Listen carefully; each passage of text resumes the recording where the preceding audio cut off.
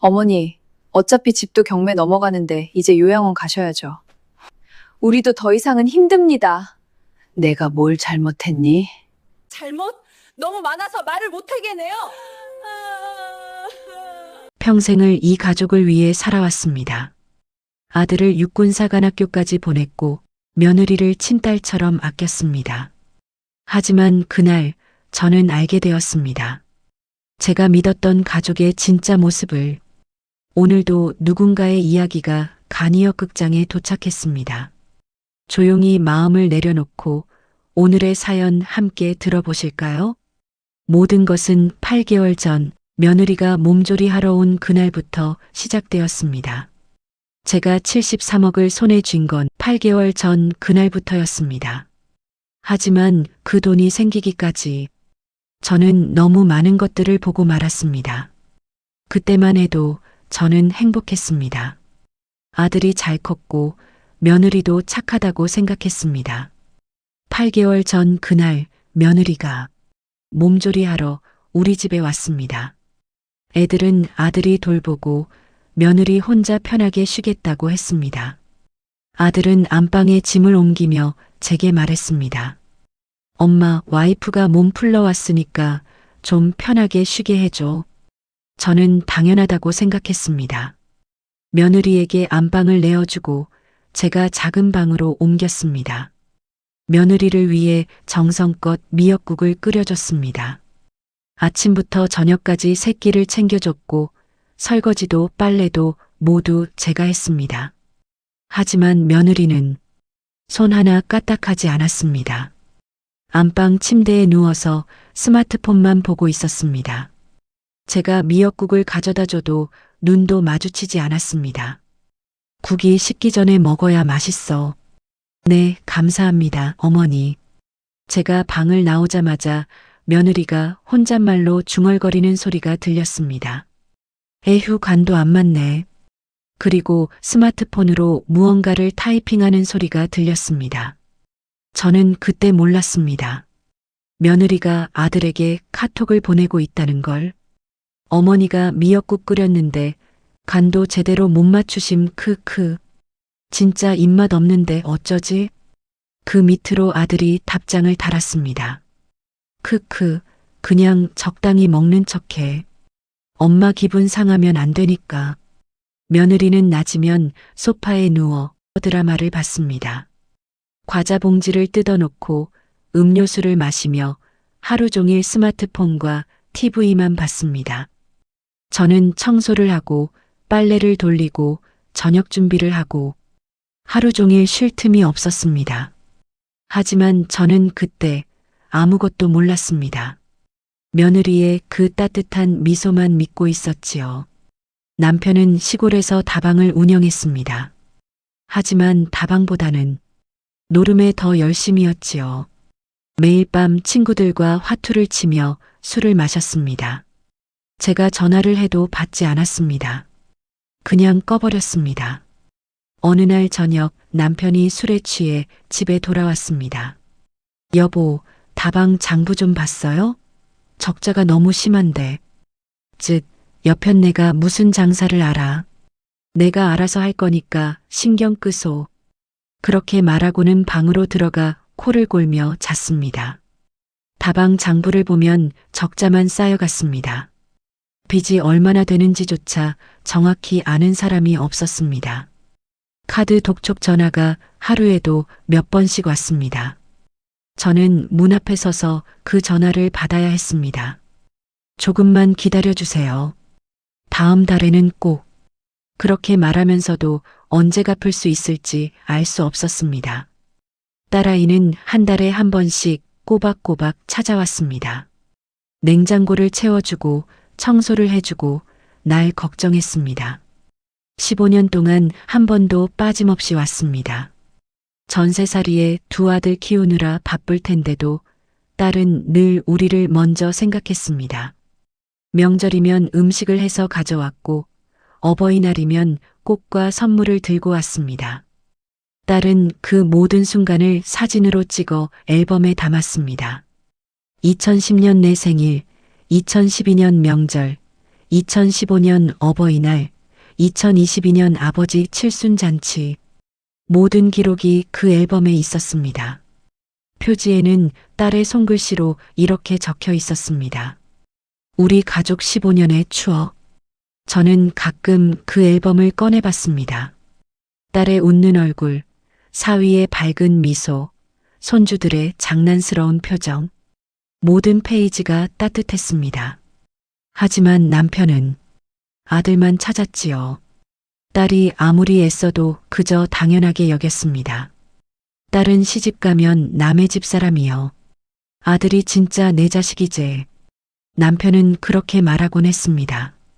제가 딸 이야기를 꺼낼 때마다 얼굴을 찌푸렸습니다. 아들은 육군사관학교를 나왔습니다. 남편은 그게 자랑이었습니다. 동네 사람들 만나면 꼭 그 이야기를 했습니다. 우리 아들 육사 나왔지. 지금 대기업 부장이요. 연봉이 억대라. 하지만 그 아들이 언제 우리를 찾아왔는지는 말하지 않았습니다.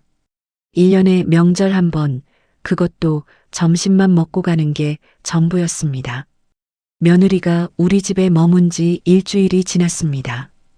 그날 밤 며느리 방에서 이상한 대화가 들렸습니다. 전화 통화를 하는 소리였습니다. 벽이 얇아서 목소리가 새어나왔습니다. 어머니, 여기 계속 있으면 좀 그렇잖아. 우리도 독립적으로 살아야 하는데. 나이 드신 분들 요즘 요양원 좋던데?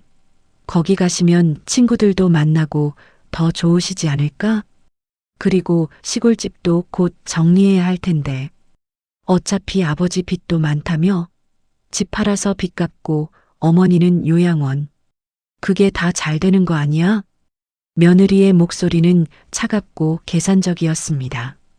마치 물건을 처분하듯 저를 어딘가로 보내버리려는 듯한 말투였습니다. 전화 너머 아들의 대답은 희미하게만 들렸습니다. 그래도 엄마가 섭섭해할 텐데. 하지만 강하게 반대하는 목소리는 아니었습니다. 저는 그날 밤 잠을 이룰 수 없었습니다. 이불을 뒤집어 쓰고 떨리는 손을 꽉 움켜쥐었습니다. 며느리가 우리 집에 머문 지 열흘째 되던 날 거실 청소를 하다가 우연히 며느리의 스마트폰 화면을 보게 됐습니다. 소파에 충전기와 함께 놓여있던 스마트폰. 화면이 켜져 있었습니다. 화면에는 아들과 며느리의 카톡 대화가 떠 있었습니다. 아들이 먼저 메시지를 보냈습니다. 엄마한테 요양원 이야기 꺼내기 좀 그런데. 며느리가 답했습니다. 괜찮아. 내가 천천히 이야기해 볼게. 아들이 또 메시지를 보냈습니다. 집은 경매 넘어가기 전에 빨리 정리해야 할 것 같아. 며느리가 마지막으로 답했습니다. 그래. 어머니도 결국 혼자 못 사시잖아. 그 순간 저는 알았습니다. 제가 믿었던 가족이 이미 저를 떠날 준비를 하고 있다는 것을. 손이 떨렸습니다. 가슴이 무너져 내렸습니다. 하지만 울지 않았습니다. 울 수가 없었습니다. 저는 조용히 스마트폰을 제자리에 놓고 부엌으로 돌아갔습니다. 싱크대에 손을 짚고 한참을 서 있었습니다. 차가운 물이 흐르고 있었지만 느껴지지 않았습니다. 그날 오후 딸에게서 전화가 왔습니다. 엄마, 나 이번 주말에 갈게. 아이고, 괜찮아.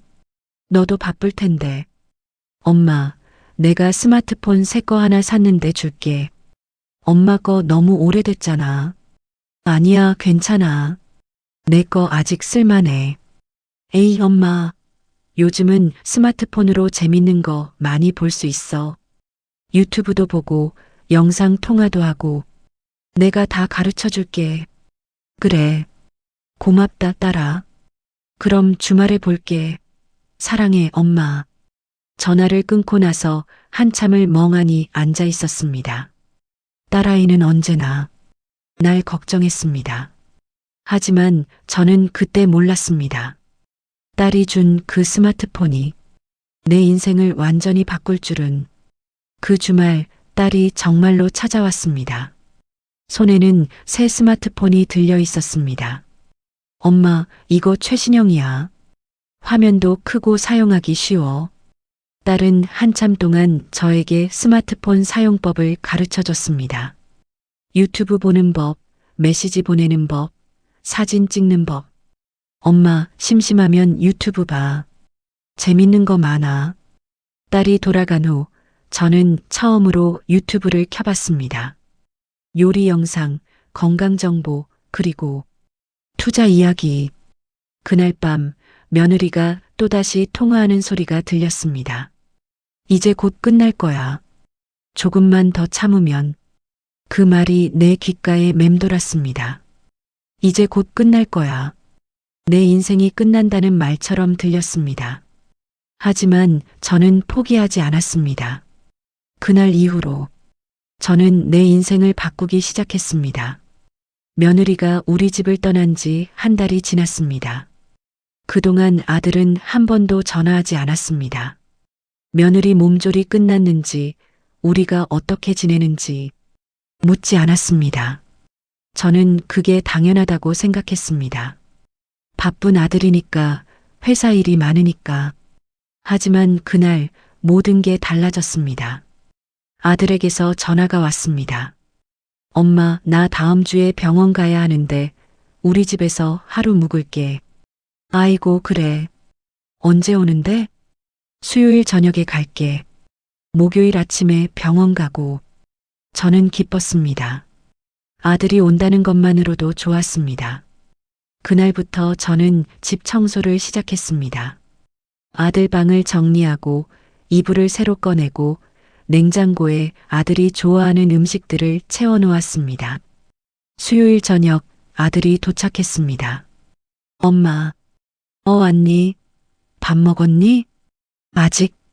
배고파. 저는 부엌으로 달려가 저녁 준비를 시작했습니다. 아들이 좋아하는 된장찌개, 김치찌개, 제육볶음. 손이 바빠졌습니다.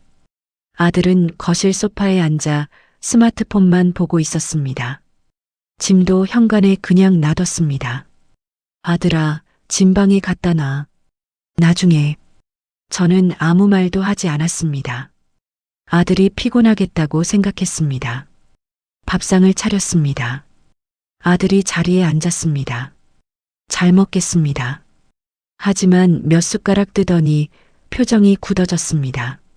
엄마, 이것간이 왜 이래? 너무 짜. 아, 그래. 미안하다. 내가 요즘 입맛이 없어서. 에휴, 그래도 이 정도면 못 먹겠는데. 아들은 숟가락을 내려놓았습니다. 그리고 스마트폰을 꺼내 뭔가를 주문했습니다. 치킨 시켰어. 엄마도 먹을래? 아니야, 괜찮아. 너 먹어.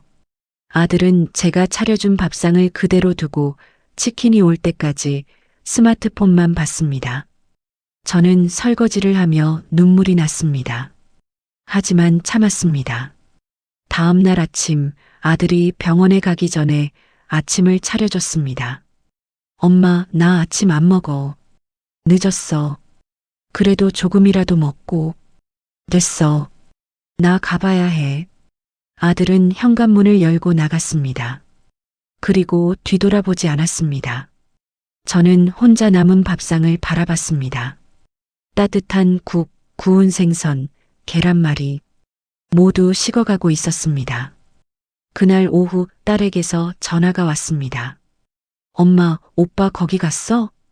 응, 어제 왔다가 아침에 병원 가고 갔어. 엄마한테 용돈이라도 드렸어? 아니, 바빴나 봐.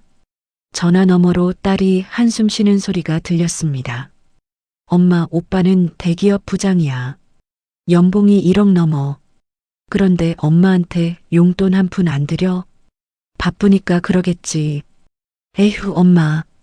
오빠는 골프 치러 다니고 BMW 타고 다니고 명품 사주고 그런 돈은 있으면서 부모님 용돈은 없어? 저는 아무 말도 할 수 없었습니다. 딸이 말을 이었습니다. 엄마, 나 이번 주말에 갈게. 내가 용돈 드릴게. 아니야, 너도 힘들 텐데. 엄마, 나는 괜찮아. 엄마가 더 중요해. 전화를 끊고 나서 한참을 멍하니 앉아 있었습니다. 그날 밤 우연히 아들의 카톡 프로필 사진이 바뀐 걸 봤습니다. 골프장에서 찍은 사진이었습니다. 비싼 골프복을 입고 활짝 웃고 있는 아들.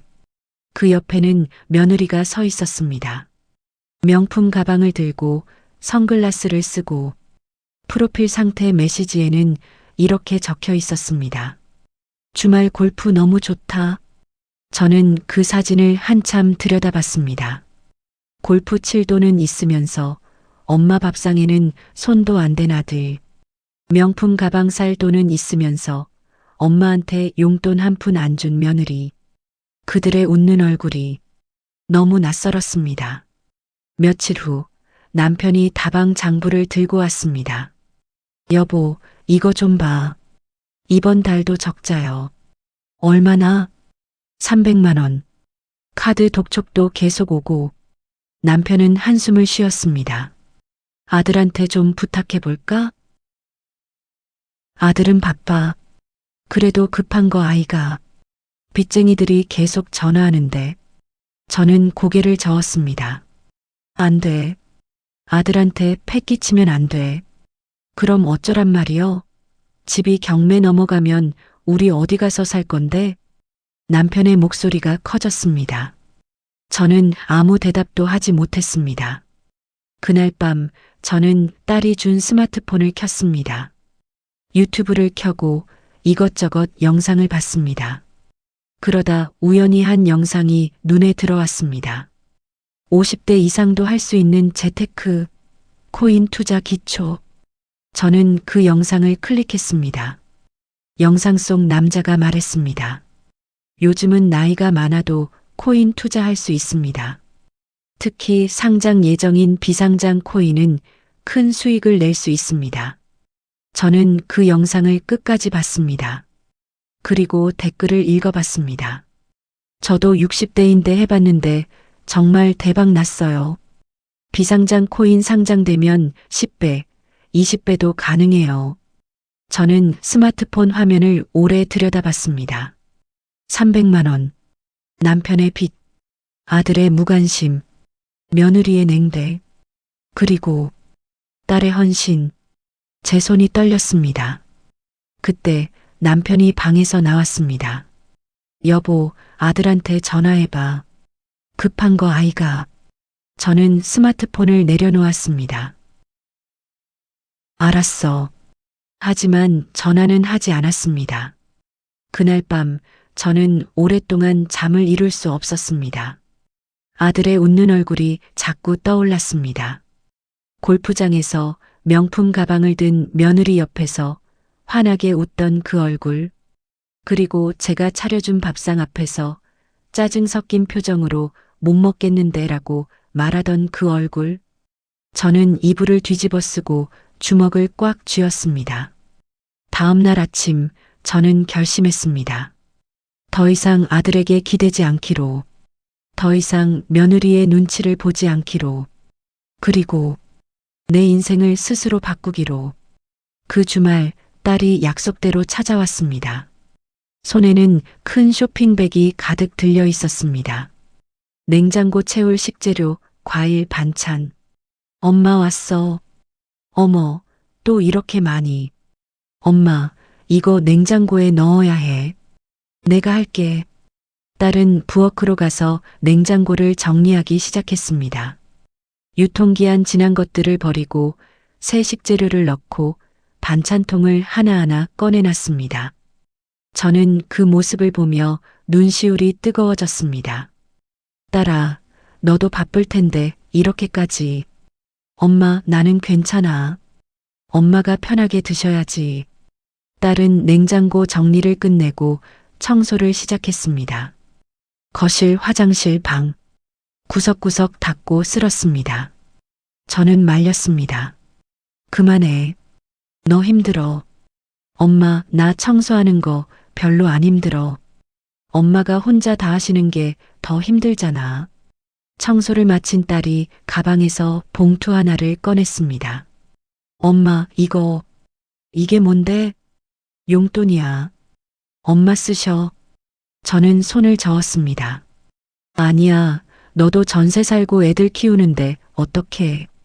엄마, 나는 괜찮아. 엄마가 더 필요하잖아. 딸은 제 손에 봉투를 쥐어줬습니다. 저는 봉투를 열어봤습니다. 50만 원. 딸아, 이렇게 많이. 엄마, 저거. 오빠는 1억 넘게 벌면서 한 푼도 안 들이잖아. 나라도 드려야지. 딸의 목소리에 원망이 섞여 있었습니다. 오빠한테는 말하지 마. 오빠 자존심 상할까봐. 엄마, 오빠 자존심은 왜 챙기는데? 오빠가 엄마 챙긴 적 있어? 저는 아무 대답도 하지 못했습니다. 딸이 한숨을 쉬었습니다. 엄마, 오빠 지난주에 여기 왔다 갔다며? 응. 용돈 드렸어? 아니, 밥이라도 같이 먹었어? 아들이 바빴어. 딸이 고개를 저었습니다. 엄마, 오빠는 안 바빠. 골프 치러 다니고 주말마다 놀러 다녀. 근데 엄마는 안 찾아와. 그게 바쁜 거야? 저는 눈물이 날 것 같았습니다.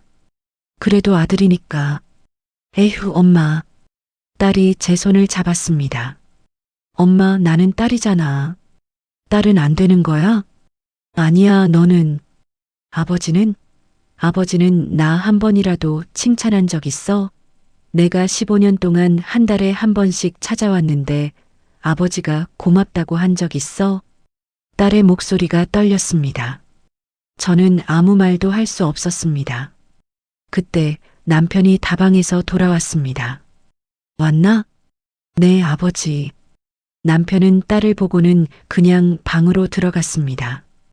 인사도 고맙다는 말도 없이. 딸이 쓴웃음을 지었습니다. 맞지, 엄마? 저게 아버지야. 내가 아무리 해도 소용없어. 저는 딸을 꼭 안았습니다. 미안하다, 딸아. 엄마가 미안해. 엄마가 왜 미안해? 엄마 잘못 없어. 우리는 한참을 그렇게 안고 있었습니다. 딸이 돌아간 후 남편이 방에서 나왔습니다. 딸이 돈 놓고 갔나? 응. 얼마? 50만 원.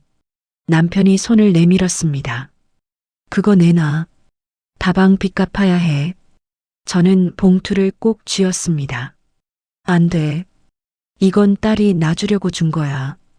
뭔 소리여? 우리 빚 갚는 게 먼저제. 빨리 내놔. 남편이 제 손에서 봉투를 빼앗으려 했습니다.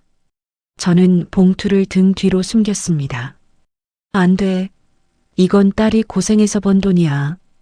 즉, 여편네가 왜 이래.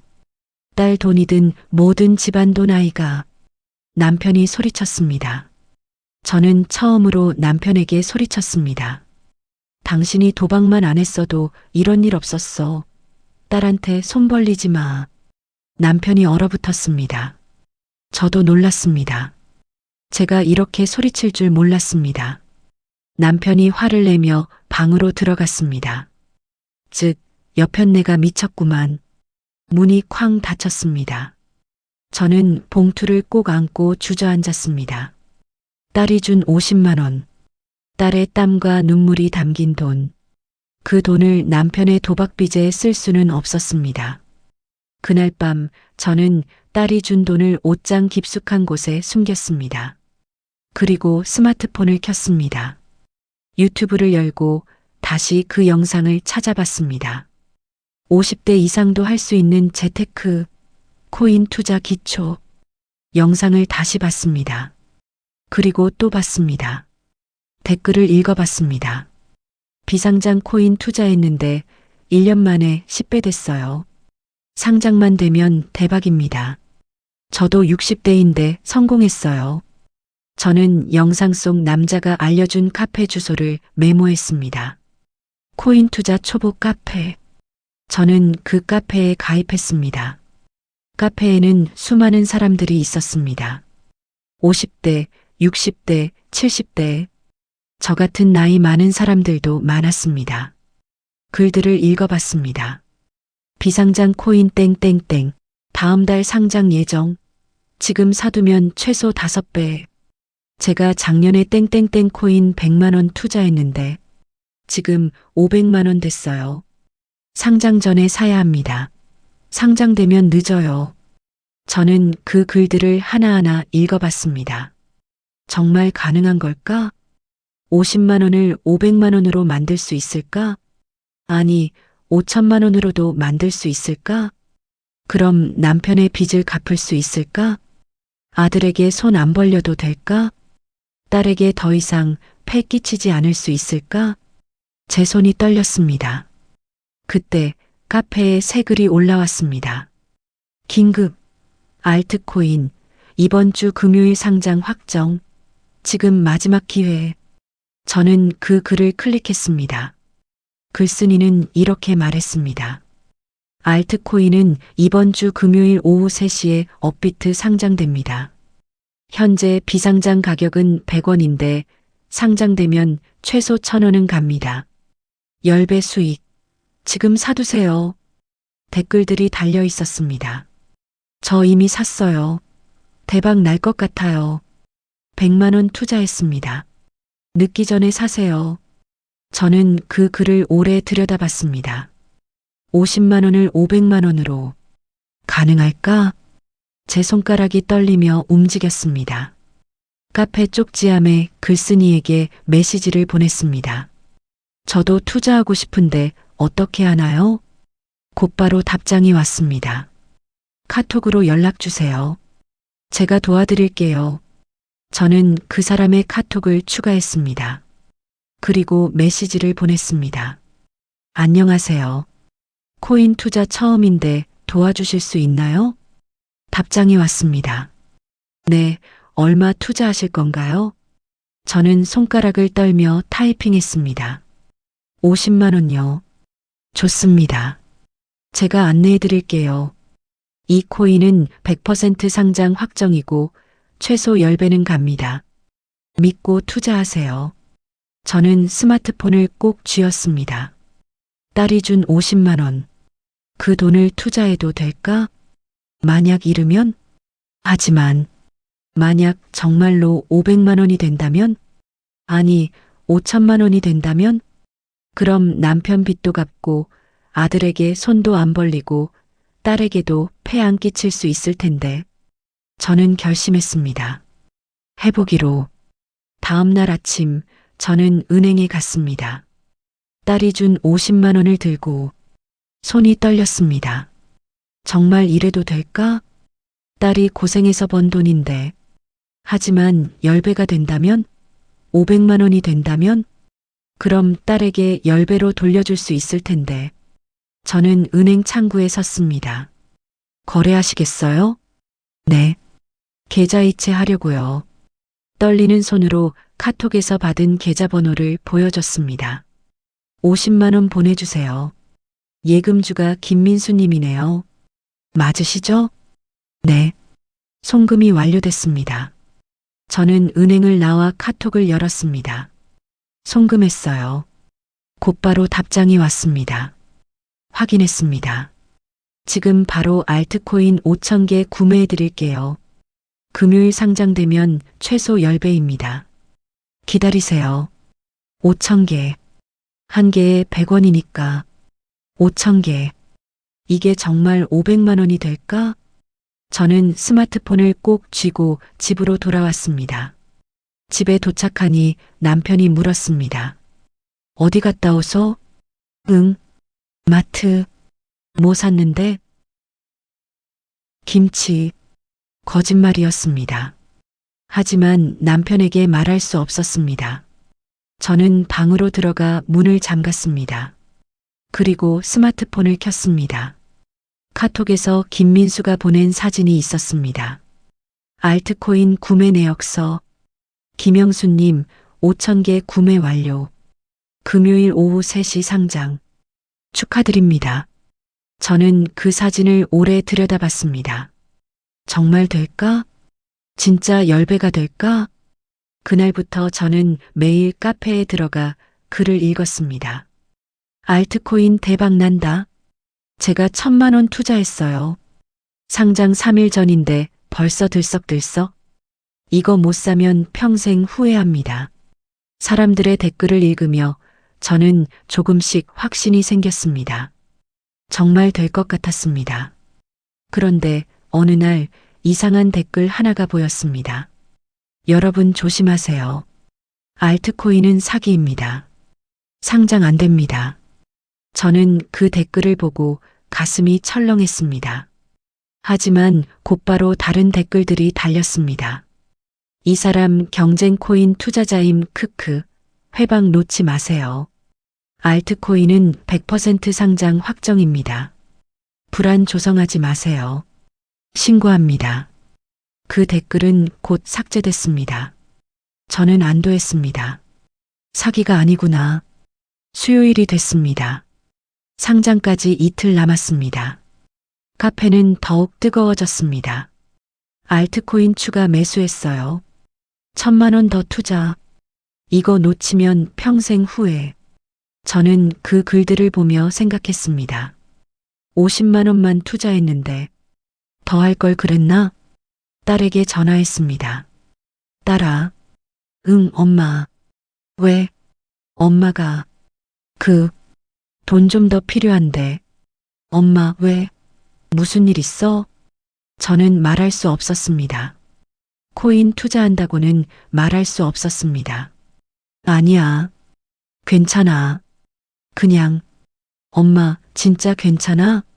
돈 필요하면 말해. 내가 보내줄게. 아니야, 괜찮아. 그냥 목소리 듣고 싶어서. 엄마, 사랑해. 나도 사랑한다, 딸아. 전화를 끊고 나서 후회했습니다. 왜 말하지 못했을까? 하지만 금요일만 되면 500만 원이 생길 텐데. 그럼 딸에게 다 돌려줄 수 있을 텐데. 목요일이 됐습니다. 상장까지 하루 남았습니다. 카페는 축제 분위기였습니다. 내일이다. 대박 난다. 여러분 부자 되세요. 저는 그 글들을 보며 설렜습니다. 내일이면 500만 원. 아니, 혹시 더 오르면 1,000만 원도 가능하지 않을까? 그날 밤 저는 잠을 이룰 수 없었습니다. 내일이면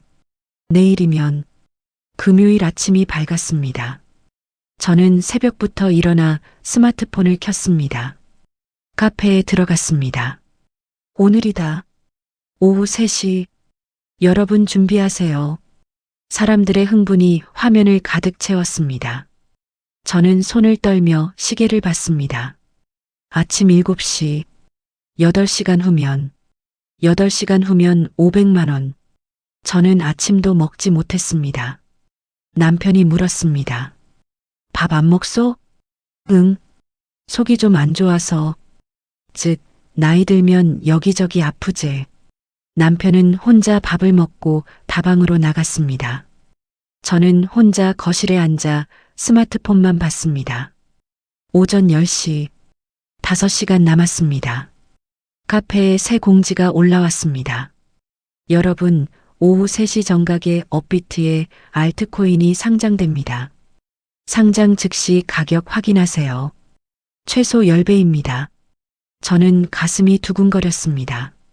오전 11시. 4시간 남았습니다. 저는 점심도 먹지 못했습니다. 정오. 3시간 남았습니다. 저는 화장실도 가지 못했습니다. 스마트폰에서 눈을 뗄 수가 없었습니다. 오후 1시. 2시간 남았습니다. 카페에 글이 폭발적으로 올라왔습니다. 2시간 남았다. 여러분 업비트 앱 준비하세요. 대박 난다.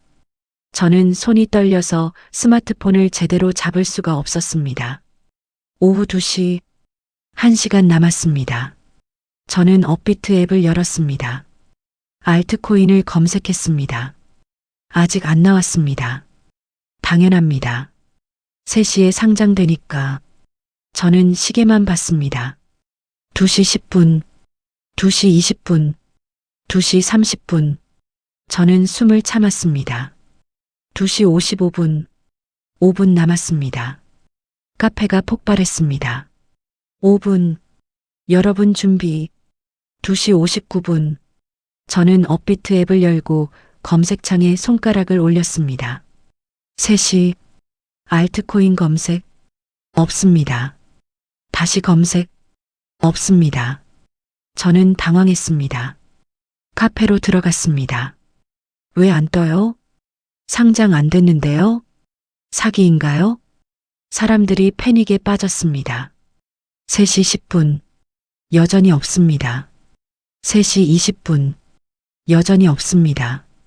김민수에게 카톡을 보냈습니다. 왜 상장이 안 됐나요?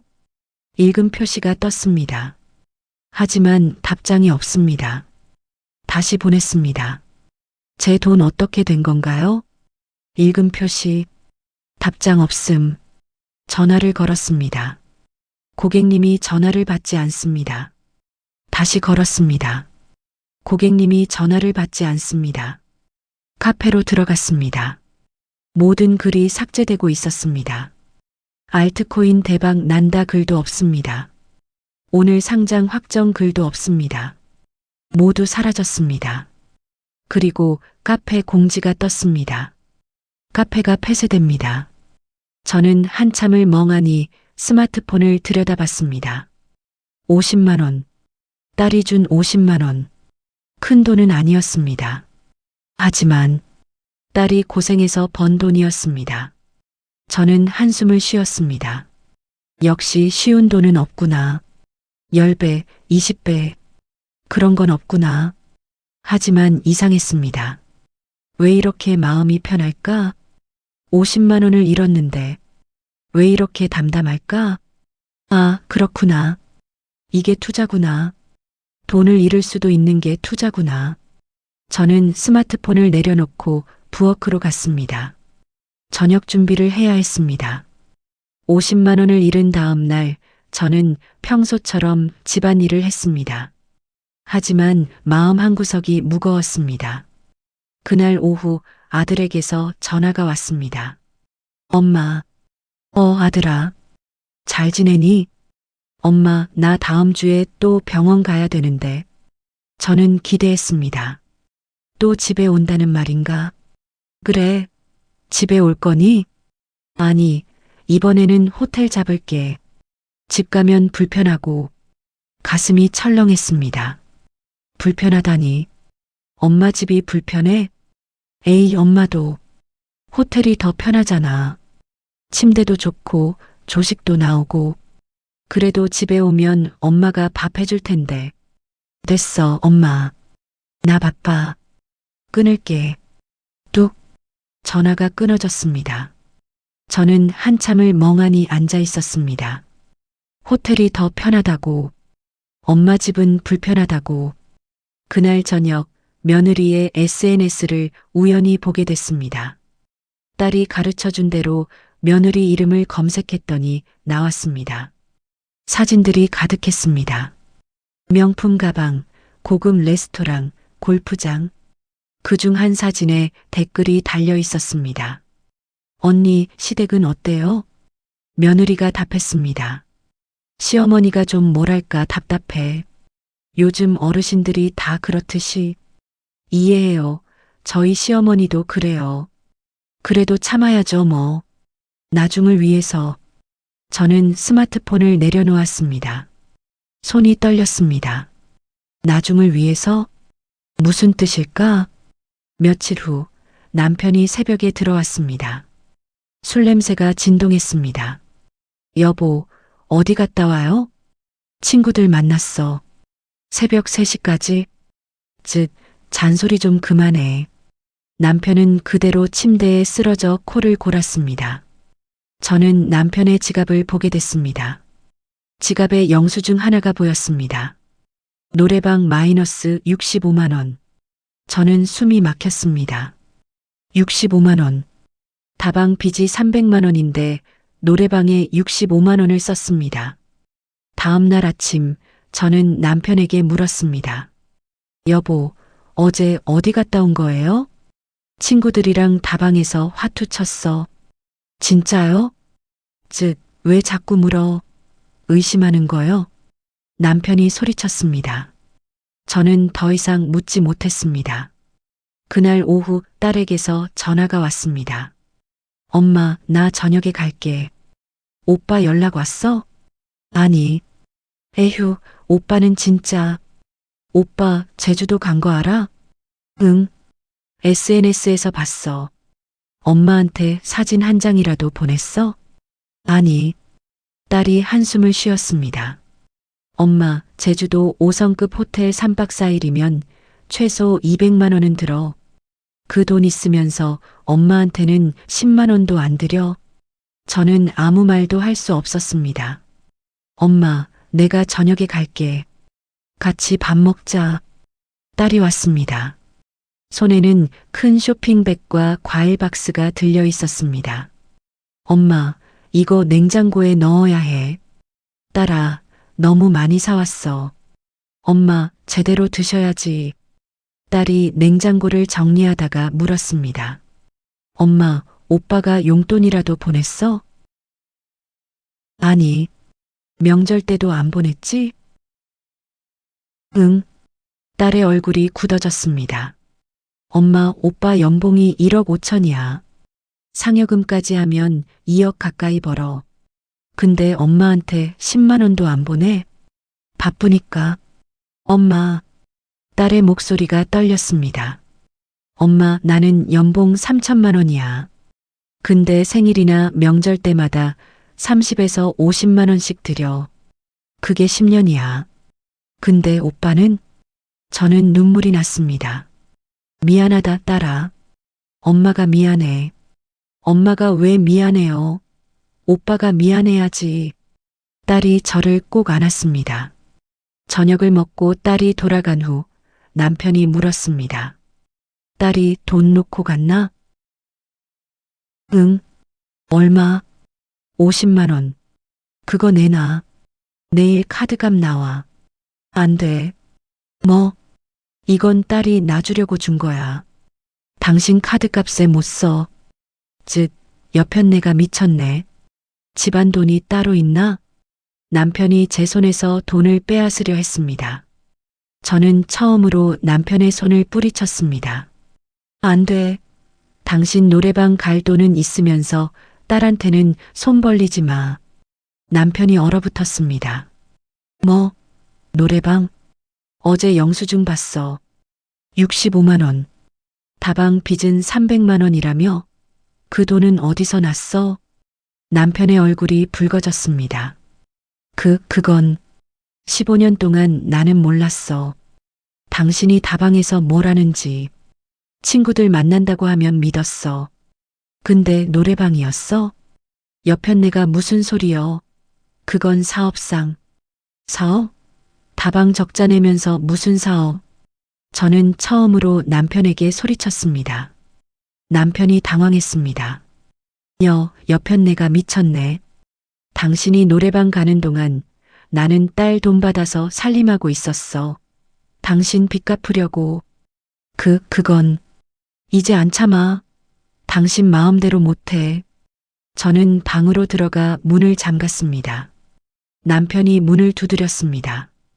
여보, 문 열어. 저는 대답하지 않았습니다. 그날 밤 저는 오랜만에 혼자만의 시간을 가졌습니다. 스마트폰을 켜고 며느리의 SNS를 다시 봤습니다. 나중을 위해서. 그 말이 자꾸 머리에 맴돌았습니다. 저는 며느리의 다른 글들을 찾아봤습니다. 한 달 전 글이 있었습니다. 오늘 남편이랑 부동산 상담 받았어요. 드디어 우리 집 마련의 꿈이 흐흐. 댓글이 달려 있었습니다. 축하해요. 얼마짜리 집이에요? 며느리가 답했습니다. 20억짜리 보고 있어요. 시골집 정리하면 될 것 같아요. 저는 스마트폰을 꽉 쥐었습니다. 시골집 정리? 우리 집?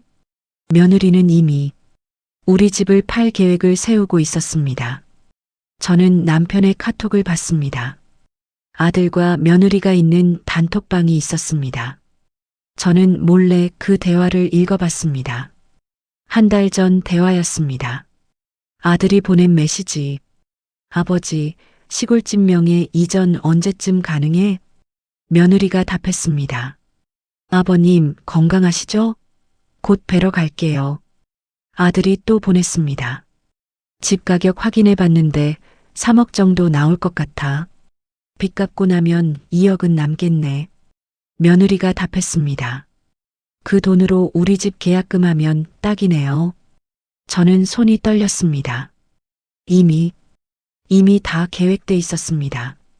우리 집을 팔고 빚을 갚고 그 돈으로 자기들 집을 사고, 그럼 저는, 남편은 어디로 가라는 건가? 저는 스마트폰을 내려놓고 이불을 뒤집어 썼습니다. 눈물이 났습니다. 평생을 산 집, 아들을 키운 집, 딸이 자란 집, 그 집을 빼앗으려 한다는 게 믿기지 않았습니다. 하지만 저는 울지 않기로 했습니다. 더 이상 당하지 않기로 했습니다. 저는 딸이 준 스마트폰을 켰습니다. 그리고 검색했습니다. 부동산 명예 이전 막는 법, 재산 지키는 법, 노후 대비. 저는 밤새 검색하고 공부했습니다. 그리고 다짐했습니다. 내 집은 내가 지키겠다고. 어느 날 저녁 현관 초인종이 울렸습니다. 문을 열자 사위 김서방이 서 있었습니다. 장모님, 안녕하세요. 어머, 김서방. 딸은? 혼자 왔습니다. 오랜만에 인사드리러요. 저는 놀랐습니다. 딸 없이 혼자 온 건 처음이었습니다. 어서 들어와. 밥은 먹었어? 아직입니다. 남편이 거실에서 나왔습니다. 오, 사위 왔나? 네, 장인어른. 안녕하세요. 저는 서둘러 저녁상을 차렸습니다. 김서방이 남편과 마주 앉아 밥을 먹었습니다. 장인어른, 요즘 다방은 어떠십니까? 에휴, 말도 마라. 요즘 장사가 안 되네. 그러시군요. 식사가 끝나고 김서방이 조용히 말했습니다. 장인어른, 장모님, 제가 오늘 온 이유가 있습니다. 뭔데? 김서방이 가방에서 봉투를 꺼냈습니다. 이게 뭔가? 1,000만 원입니다. 저와 남편은 얼어붙었습니다. 1,000만 원? 네. 빚 갚으시라고요. 어떻게 알았어? 집사람이 어머니와 통화하시는 걸 우연히 들었습니다. 빚 때문에 걱정 많으시다고. 저는 눈물이 났습니다. 김서방, 이렇게 큰 돈을. 장모님, 괜찮습니다. 제 회사에서 성과급 받았습니다. 남편이 봉투를 받으며 말했습니다. 고맙네, 사위. 정말 고맙네. 염치 없이 당연한 듯이 받았습니다. 미안하다는 말도 나중에 갚겠다는 말도 없었습니다. 김서방이 저를 봤습니다.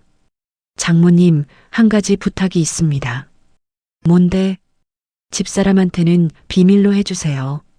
집사람이 알면 미안해할 것 같아서요. 그래, 알았어. 김서방이 돌아간 후 남편이 봉투를 열어봤습니다. 1,000만 원이네. 다행이다. 여보, 뭐? 김서방한테 미안하지도 않아요? 뭐가 미안해? 사위가 장인 도와주는 거 당연한 거 아이가? 저는 아무 말도 하지 못했습니다. 다음 날 남편은 그 돈으로 빚을 갚았습니다. 며칠 후 딸에게서 문자가 왔습니다. 엄마, 계좌 확인해봐. 저는 은행 앱을 열었습니다. 입금 1,000만 원. 딸이 보낸 1,000만 원. 저는 손이 떨렸습니다. 급하게 딸에게 전화했습니다. 딸아, 엄마, 입금 확인했어? 이게 무슨 돈이야? 엄마 빚 갚으라고. 내가 7년 모은 거야. 안 돼. 이거 못 받아. 엄마, 괜찮아. 나는 괜찮아. 딸아, 이건. 엄마, 오빠는 뭐 해준 거 있어? 나라도 해야지. 받아. 딸아. 엄마, 그 돈으로 빚 갚고 남은 거 엄마 쓰고 싶은 거 사. 알았지? 전화가 끊어졌습니다. 저는 한참을 멍하니 스마트폰을 들고 있었습니다. 1,000만 원. 김서방이 이미 갚았는데 딸이 또 1,000만 원을 보냈습니다.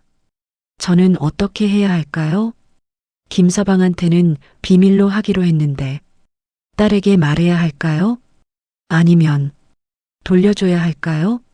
하지만 딸에게 돌려주면 딸이 이상하게 생각할 겁니다. 왜 빚도 안 갚고 돌려주냐고. 저는 며칠 동안 고민했습니다. 그러던 어느 날 또 낯선 번호에서 전화가 왔습니다. 거기 김철수 씨 댁 맞습니까? 네. 그런데요? 여기는 행복 사채업체입니다. 김철수 씨 빚 5천만 원, 이번 달 말까지 갚으셔야 합니다. 저는 숨이 막혔습니다. 뭐라고요? 5천만 원? 네. 작년에 빌려가셨습니다. 이자만 벌써 1,000만 원 넘었고요. 그럴 리가. 확인해 보세요. 안 갚으시면 법적 조치 들어갑니다. 전화가 끊어졌습니다. 저는 다리에 힘이 풀려 주저앉았습니다. 5천만 원. 사채? 남편이 다방에서 돌아왔을 때 저는 따졌습니다. 사채 5천만 원이 뭐예요? 남편의 얼굴이 굳어졌습니다. 그게 작년에 빌렸다며? 왜 말 안 했어요? 말하면 당신이 난리 칠 거 아이가. 난리를 쳐야죠. 1,000만 원 갚았더니 사채 5천만 원은 또 뭐예요? 다방이 안 돼서 급한 불 끄려고. 저는 더 이상 말하지 않았습니다. 그날 밤 저는 딸이 보낸 1,000만 원을 생각했습니다. 이 돈으로 남편 사채를 갚아야 할까? 하지만 5천만 원인데 1,000만 원으로는 부족했습니다. 저는 스마트폰을 켰습니다. 며느리의 SNS를 봤습니다. 최신 글이 올라와 있었습니다. 드디어 계약했어요. 20억짜리 우리 집 히읗히읗 시골집 정리하면 이사 갈 수 있어요. 댓글들이 달려 있었습니다. 축하해요. 시골집 언제 파세요? 저는 스마트폰을 꽉 쥐었습니다. 시골집 정리. 20억짜리 집. 며느리는 이미 계약까지 했습니다. 우리 집 팔 생각으로 아들에게 전화했습니다. 아들아, 엄마 왜? 아버지 빚이 5천만 원이 더 있대. 또? 사채래. 어떡하지? 아들이 한숨을 쉬었습니다. 엄마, 솔직히 말할게. 아버지 그렇게 계속 빚 만드실 거면 차라리 집 정리하는 게 나을 것 같아. 집을? 응. 시골집 팔고 서울 와서 우리 집 근처에 작은 집 하나 얻어. 그게 낫지 않을까? 저는 전화를 끊었습니다. 손이 떨렸습니다. 아들도 며느리와 같은 생각이었습니다. 저는 결심했습니다. 딸이 준 1,000만 원. 이 돈으로 남편 사채를 갚으면 또 만들 겁니다. 그리고 며느리는 결국 집을 빼앗을 겁니다. 차라리 이 돈으로 제가 직접 큰 돈을 벌겠습니다. 남편 빚도 갚고 집도 지키고 며느리한테도 안 빼앗길 만큼의 돈을. 저는 공부를 시작했습니다. 틈 날 때마다 밤을 새워 공부했습니다. 저는 결심했습니다. 1,000만 원. 딸이 7년 동안 모은 돈. 김서방이 성과급으로 갚아준 빚. 이 모든 것을 헛되이 하지 않기 위해 저는 투자하기로 했습니다. 다음 날 저는 은행에 갔습니다. 딸이 보낸 1,000만 원. 그 돈을 투자하기로 결심했습니다. 은행 창구에서 송금을 했습니다. 손이 떨렸습니다. 이게 마지막 기회였습니다. 송금이 완료됐습니다. 며칠 후 문자가 왔습니다. 코인 구매 완료. 6개월 후 상장 예정. 저는 달력을 펼쳤습니다. 6개월 후에 동그라미를 쳤습니다. 남편은 여전히 다방에서 놀고 있었습니다. 사채 5천만 원은 아직 갚지 못했습니다. 사채업자들의 전화가 하루에도 몇 번씩 왔습니다. 이번 달 말까지 안 갚으시면 법적 조치 들어갑니다. 저는 전화를 받지 않았습니다. 2주가 지났습니다. 며느리의 SNS에 새 글이 올라왔습니다. 새집 인테리어 상담 받았어요. 너무 설레요. 사진에는 20억짜리 집 평면도가 있었습니다. 댓글이 달려 있었습니다. 언니 집 정말 좋다. 시골집은 언제 팔아요? 며느리가 답했습니다. 아버님이 계속 미루시네요. 빨리 설득해야 하는데. 저는 스마트폰을 내려놓았습니다. 며느리는 조급해하고 있었습니다. 한 달이 지났습니다. 아들에게서 전화가 왔습니다. 엄마, 나 이번 주말에 갈게. 그래, 오랜만이네. 엄마, 아버지랑 이야기 좀 해야 할 것 같아서. 무슨 이야기? 집 이야기. 주말에 봐. 전화가 끊어졌습니다. 저는 가슴이 철렁했습니다. 집 이야기. 아들이 집을 팔자고 설득하러 오는 겁니다. 주말이 됐습니다. 아들이 왔습니다. 며느리도 함께 왔습니다. 어머니, 안녕하세요. 며느리는 웃으며 인사했습니다. 하지만 저는 알고 있었습니다. 그 웃음 뒤의 계산을. 저녁을 먹고 아들이 말을 꺼냈습니다. 아버지, 엄마, 우리 진지하게 이야기 좀 해야 할 것 같아. 무슨 이야기? 집 이야기요. 아버지 빚이 계속 늘어나잖아요. 사채까지. 남편이 얼굴을 찌푸렸습니다. 그건 내가 알아서 할 거요. 아버지, 어떻게 알아서 해요? 5천만 원을 어떻게 갚으실 건데요? 그건 아들이 서류를 꺼냈습니다. 이거 부동산에서 받아온 시세표예요. 이 집 지금 3억 정도 나와요. 며느리가 거들었습니다. 아버님, 이 집 팔고 빚 갚으시고 서울로 오시면 어떨까요? 저희 집 근처에 좋은 집 많아요. 저는 참고 있었습니다. 아들이 계속 말했습니다. 엄마, 아버지, 여기서 혼자 사시는 것도 힘드시잖아요. 서울 오시면 제가 자주 들를게요. 자주 들른다고? 제가 처음으로 입을 열었습니다. 1년에 명절 한 번 오는 내가 자주 들른다고? 아들이 당황했습니다. 엄마, 나는 집 안 팔아. 절대로. 엄마, 그럼 빚은 어떻게 갚을 건데요? 내가 알아서 할게. 어떻게요? 저는 대답하지 않았습니다. 며느리가 나섰습니다. 어머님, 저희가 도와드릴게요. 서울에 임대 아파트 하나 얻어드리고. 필요 없어. 어머님, 집 이야기는 그만해. 나는 여기서 살 거야. 아들과 며느리는 더 이상 말하지 못했습니다. 그날 밤 아들과 며느리가 돌아간 후 남편이 물었습니다. 당신 뭘 믿고 그래? 빚은 어떻게 갚을 건데? 조금만 기다려봐. 뭘 기다려? 무슨 소리여? 그냥 좀 있으면 다 해결될 거야. 당신 무슨 짓 한 거 아이가? 저는 대답하지 않았습니다. 남편은 화를 내며 방으로 들어갔습니다. 2개월이 지났습니다. 사채업자들의 전화가 더 심해졌습니다. 다음 주까지 안 갚으시면 집 경매 신청합니다. 저는 버텼습니다. 조금만 더 버티면 됩니다. 3개월이 지났습니다. 딸이 찾아왔습니다. 엄마, 오빠가 전화했어. 집 팔라고 했다며? 응. 엄마, 괜찮아? 응, 괜찮아. 엄마, 오빠 말 듣지 마. 이 집은 엄마 집이야. 고맙다, 딸아. 딸이 가방에서 봉투를 꺼냈습니다. 엄마, 이게 뭔데? 200만 원. 당장 급한 거 쓰셔. 딸아, 안 돼. 너 또. 엄마 받아. 나는 괜찮아. 저는 딸을 꼭 안았습니다. 4개월이 지났습니다. 상장까지 2개월 남았습니다.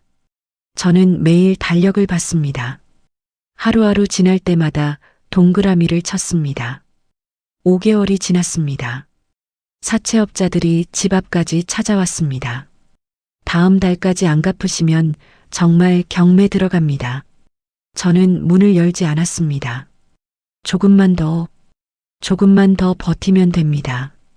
며느리의 SNS에 또 글이 올라왔습니다. 새집 입주 한 달 앞으로 시골집 정리 안 되면 큰일인데 유유. 댓글들이 달려 있었습니다. 어떡해요? 장인어른 설득 안 되세요? 며느리가 답했습니다. 안 되네요. 답답해요. 저는 스마트폰을 내려놓고 달력을 봤습니다. 상장일까지 3주. 3주 후면 모든 게 바뀝니다. 마침내 상장 2주 전이 됐습니다. 문자가 왔습니다. 코인 2주 후 업비트 상장 확정. 저는 손이 떨렸습니다. 2주만 더 기다리면 남편 빚을 갚고 아들과 며느리에게 집 안 빼앗기고 딸에게 돈 돌려주고 제가 제 인생을 지킬 수 있습니다. 저는 달력에 마지막 동그라미를 쳤습니다. 상장일.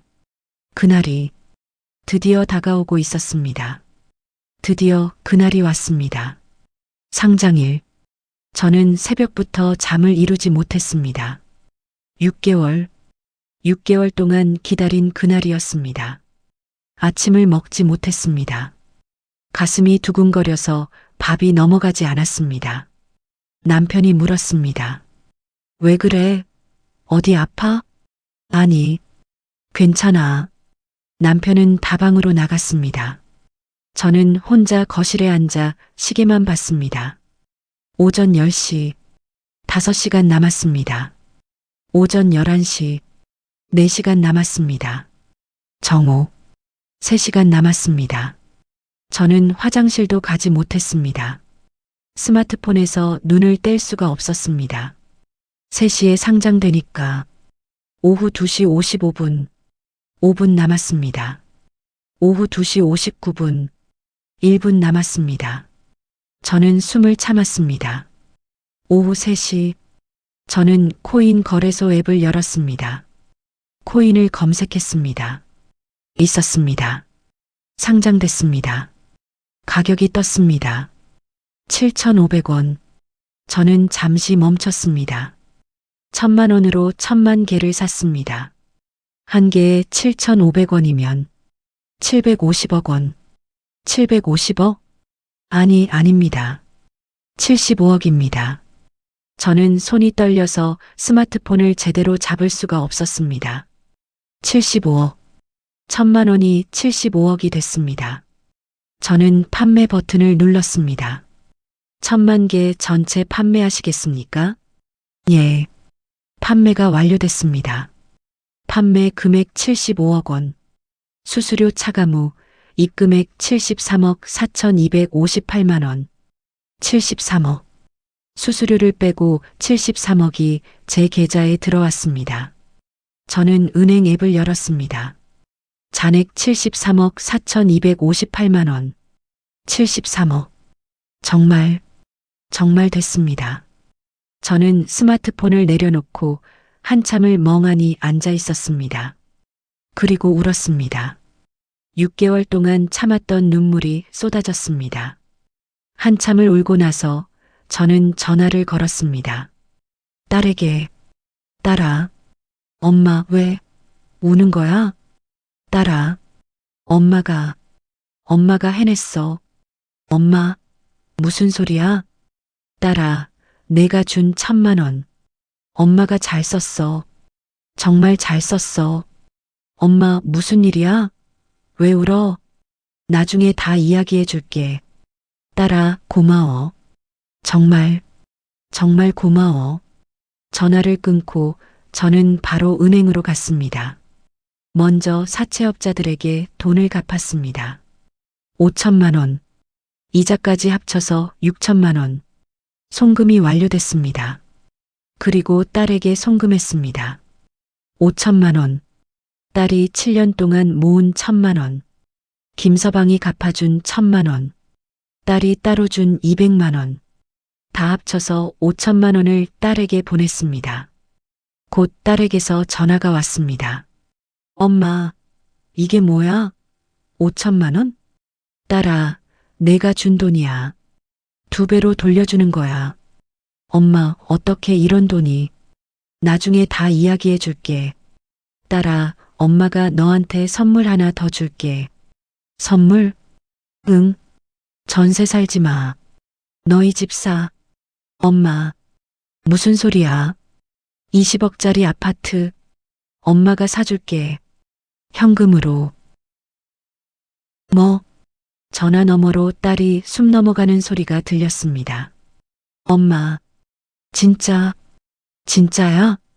진짜야. 딸아, 너 10년 동안 엄마 챙겼잖아.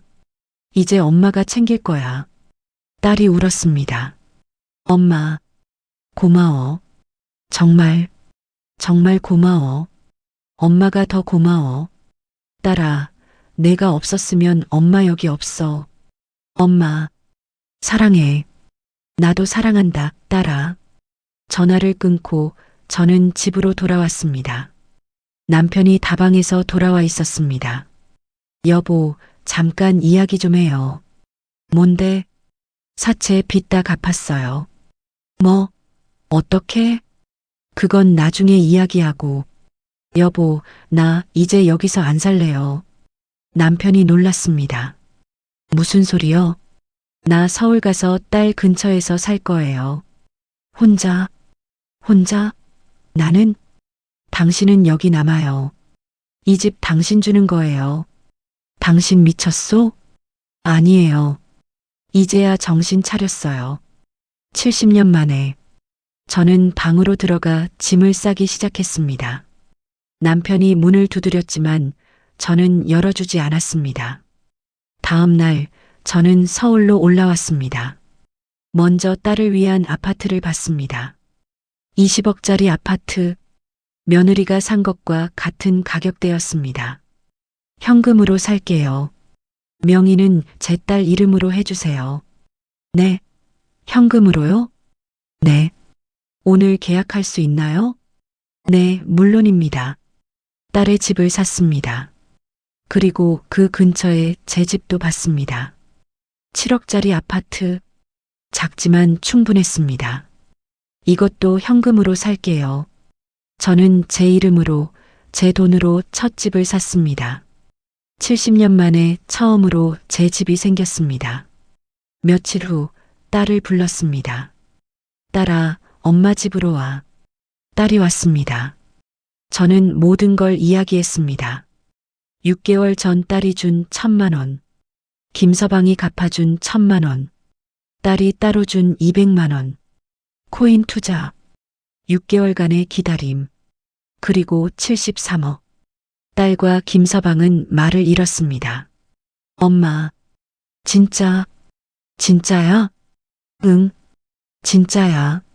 저는 딸에게 서류 봉투를 건넸습니다. 이게 뭐야? 내 집 등기부등본, 그리고 열쇠. 뭐? 20억짜리 아파트, 내 이름으로 샀어. 이제 전세 안 살아도 돼. 딸이 서류를 보더니 그 자리에 주저앉았습니다. 엄마, 이게 무슨, 딸아, 너 10년 동안 엄마 챙겼잖아. 연봉 3천만 원으로 매달 30만 원. 명절 때마다 50만 원. 이제 엄마가 챙길 차례야. 딸이 울었습니다. 김서방도 울었습니다. 장모님, 감사합니다. 정말, 아니야. 김서방, 내가 먼저 1,000만 원 갚아줬잖아. 너희가 없었으면 엄마 여기 없어. 딸이 저를 꼭 안았습니다. 며칠 후 아들에게서 전화가 왔습니다. 엄마, 어디 계세요? 서울. 딸네 집 근처. 집은요? 아버지 주고 왔어. 엄마, 무슨 소리예요? 우리가 집 팔아서. 필요 없어. 엄마. 아들아, 엄마 한 가지만 물어볼게. 너 언제 마지막으로 엄마 보러 왔니? 아들이 말이 없었습니다. 작년 추석이지? 3시간 있다 갔지? 죄송해요, 엄마.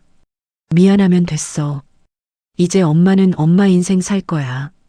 전화를 끊으려는데 아들이 급하게 말했습니다.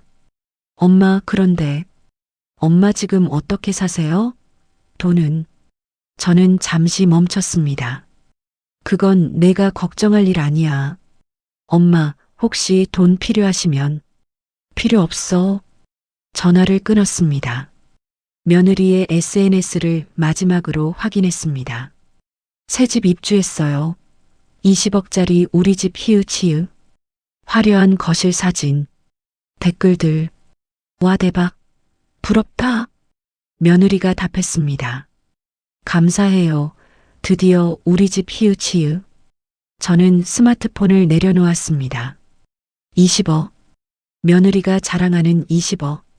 저는 자랑하지 않았습니다. SNS에 올리지도 않았습니다. 아들에게 말하지도 않았습니다. 그냥 조용히 제 인생을 살기로 했습니다. 한 달이 지났습니다. 저는 딸에게 또 제안했습니다. 딸아, 공무원 그만둬. 엄마, 갑자기 왜? 내가 하고 싶은 일 해. 엄마가 도와줄게. 하고 싶은 일? 카페 하고 싶다고 했잖아. 예전에. 어떻게 알았어? 엄마가 다 알지. 카페 해. 엄마가 차려줄게. 작은 건물 한 층 사서 카페 차려. 딸이 눈물을 흘렸습니다. 엄마, 정말? 진짜야. 내 꿈 이루렴. 2달 후 딸의 카페가 오픈했습니다. 강남 한복판 20억을 들인 프리미엄 카페. 오픈 첫날 저는 딸을 안았습니다. 축하한다, 딸아. 엄마, 고마워. 정말 고마워. 그리고 저는 제 인생을 살기 시작했습니다. 크루즈 여행을 떠났습니다. 지중해, 알래스카, 카리브해. 70년 동안 꿈꿔왔던 곳들을 다녔습니다. 게이트볼 모임에도 가입했습니다. 매주 화요일, 목요일 동호회 사람들과 운동하며 웃었습니다. 영순 씨, 오늘 컨디션 좋으시네요. 호호, 그런가요? 그리고 일주일에 한두 번 딸의 카페에 들렀습니다. 엄마 왔어? 응. 오늘 손님 많네. 엄마 덕분에 소문났어. 요즘 대박이야. 저는 가끔 카페 일을 도와주기도 했습니다.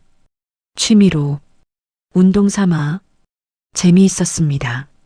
3개월이 지났습니다. 아들이 찾아왔습니다. 며느리와 함께. 엄마, 왔니? 앉아. 아들과 며느리가 제 집을 둘러봤습니다. 7억짜리 아파트. 작지만 깔끔했습니다. 며느리가 말했습니다. 어머님, 여기 괜찮네요. 우리 집보다는 작지만. 저는 웃었습니다. 그래, 내 집은 얼마짜리더라? 20억이요. 강남에. 아, 그래. 20억. 그것도 대출받아서 샀지? 며느리의 얼굴이 굳어졌습니다. 네. 우리 딸도 강남에 20억짜리 집 샀어. 현금으로. 네. 그리고 카페도 하나 차려줬어. 20억 들여서. 강남에. 아들과 며느리가 얼어붙었습니다.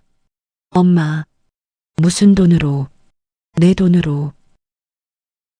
며느리의 얼굴이 새하얗게 질렸습니다. 자기는 20억 집 자랑하러 왔는데 시어머니는 딸에게 40억을 써준 겁니다. 아들이 조심스럽게 물었습니다. 엄마, 어떻게 그런 돈이? 궁금해? 네. 알 필요 없어. 이제 엄마는 엄마 인생 살 거야. 너희 상관없이. 며느리가 떨리는 목소리로 물었습니다. 어머님, 혹시 저희한테는, 너희한테? 저는 며느리를 똑바로 봤습니다. 너희한테 줄 건 없어. 시골집도 아버지 줬고. 그리고 며느리, 너 SNS에 올린 거 다 봤어. 시어머니 답답하다. 나중을 위해서 참는다는 것도. 며느리가 얼굴이 빨개졌습니다. 어머님, 그건 괜찮아. 이제 안 봐도 되니까. 너희 인생 살고 나는 내 인생 살게. 아들이 고개를 숙였습니다. 엄마, 죄송해요. 미안하면 됐어. 이제 가봐. 아들과 며느리가 돌아갔습니다. 뒤돌아보지 않았습니다. 6개월이 지났습니다. 저는 여전히 크루즈를 타고 게이트볼을 하고 딸의 카페에 가끔 들렀습니다. 어느 날 딸의 카페에서 커피를 만들고 있었습니다. 손님이 물었습니다. 어머니, 사장님이세요? 아니요, 사장은 저기 있어요. 제 딸이에요. 아, 그러세요? 어머니, 커피 정말 맛있어요. 호호, 고마워요. 딸이 다가와 물었습니다. 엄마, 일하는 모습 보니까 좋아? 응. 재미있어. 엄마, 정말 행복해 보여. 그래. 응.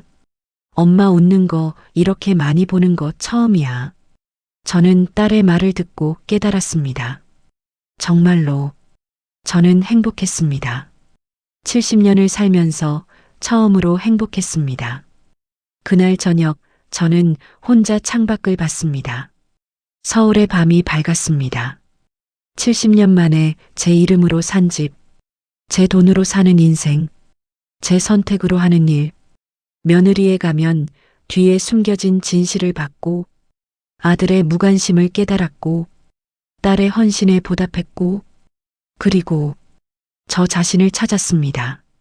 이제 저는 누구의 엄마도 누구의 아내도 아니었습니다. 그냥 강영순, 70세 강영순이었습니다.